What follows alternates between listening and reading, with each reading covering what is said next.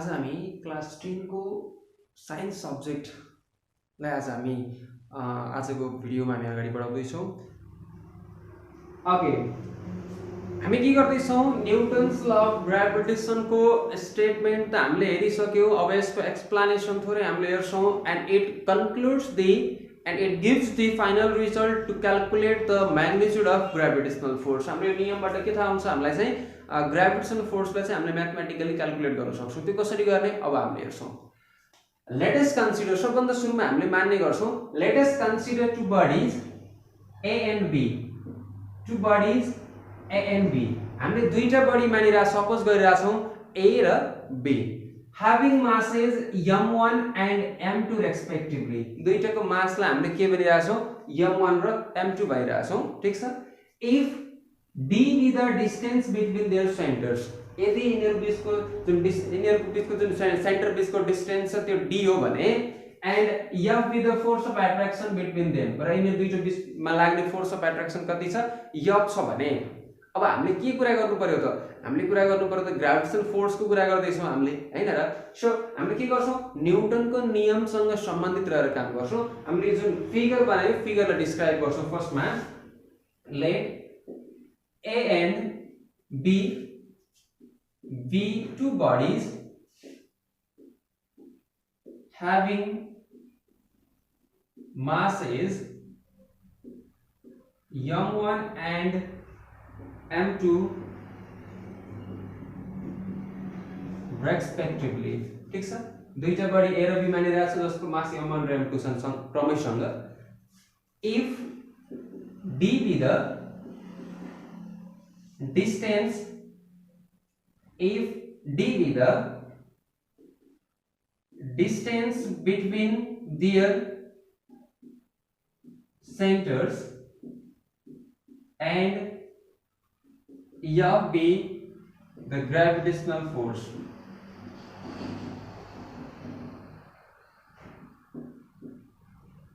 ठीक छ।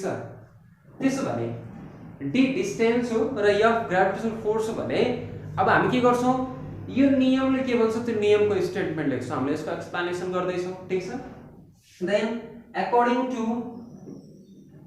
to Newton's law of gravitation, Newton's law of gravitation, यसले के भन्छ, यसले के भन्छ भने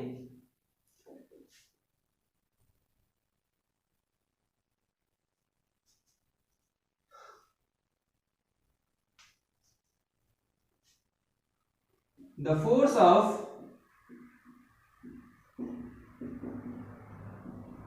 attraction between any two bodies in this universe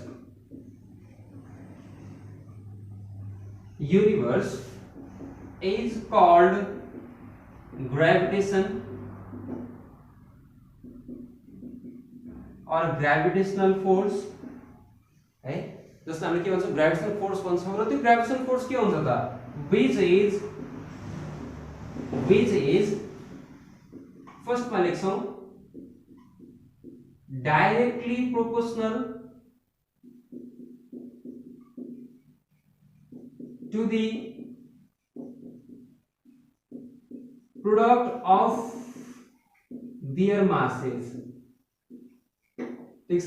जुन के हुन्छ त, यिनीहरुको बीचमा लाग्ने जुन फोर्स अफ एट्र्याक्सन छ त्यो के हुन्छ, तिनीहरुको माससँग चाहिँ डाइरेक्टली प्रोपोर्सनल हुन्छ। दैट इज, यसको मतलब के त, यदि यसको मास m1 छ, यसको मास m2 छ भने ग्राभिटेसनल फोर्स f छ भने f directly proportional to the m1 into m2। This is first equation, ठीक छ। सिमिलरली के हुन्छ अर्को, inversely proportional, the gravitational force is inversely proportional to the square of the distance between their centers, and that is, इसको मतलब क्या था, that is F gravitational force is inversely proportional to the square of the distance between their centers. यसलाई मैले भन्दै छु equation second. ठीक छ, कुन बुझिरहेछ? अब फेरि के गर्छौं हामी?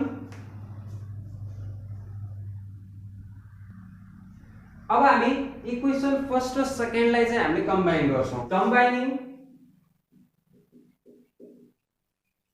Equation first and